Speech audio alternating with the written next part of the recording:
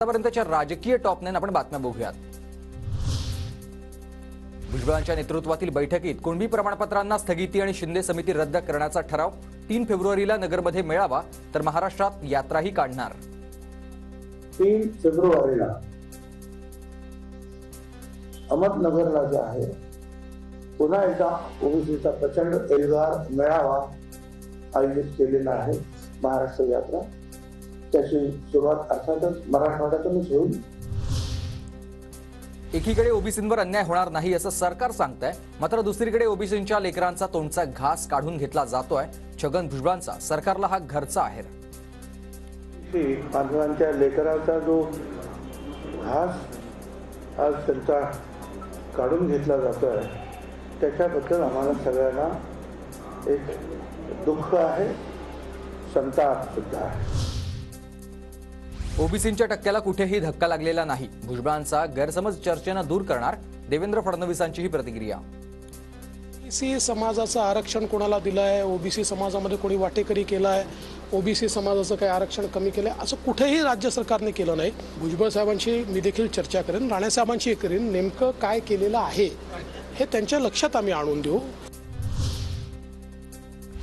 मराठा आरक्षण कायद्याप्रमाणेच दिलं गेलं, इतरांना धक्का नाही। मुख्यमंत्री एकनाथ शिंदेंचं स्पष्टीकरण।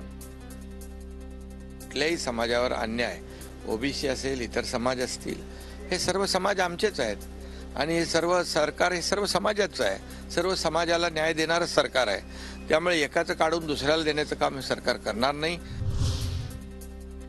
कुणबी प्रमाणपत्राच्या निर्णयानं मराठा समाजाचे नेते क्लीन बोल्ड तर मुख्यमंत्री एकनाथ शिंदे हिरो ठरले। प्रकाश आंबेडकरांचं हे वक्तव्य। निमित्ताने एकनाथ शिंदे मराठा समाजाच्या पुढाऱ्यांना बाजूला सारून एक ढकलूनच दिलं असं म्हणा आणि ते सगळ्यात पुढे निघाले असं अशी माझी स्वतः।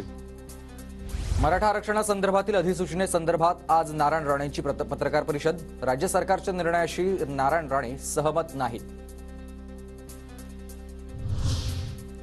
राष्ट्रवादी आमदार पात्रता प्रकरणी आज सुनावणी। विधान भवनात 10 वाजेपासून सुनावणीला सुरुवात होणार तर सुप्रीम कोर्टात जयंत पाटील विरुद्ध नार्वेकर प्रकरणामध्ये सुनावणी होणार।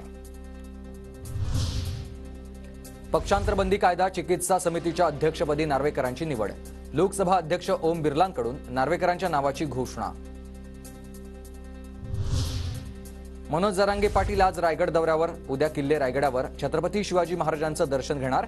नवीन कायद्याची अंमलबजावणी होईपर्यंत सावध रहा, जरांगेंचं मराठा समाजाला हे आवाहन।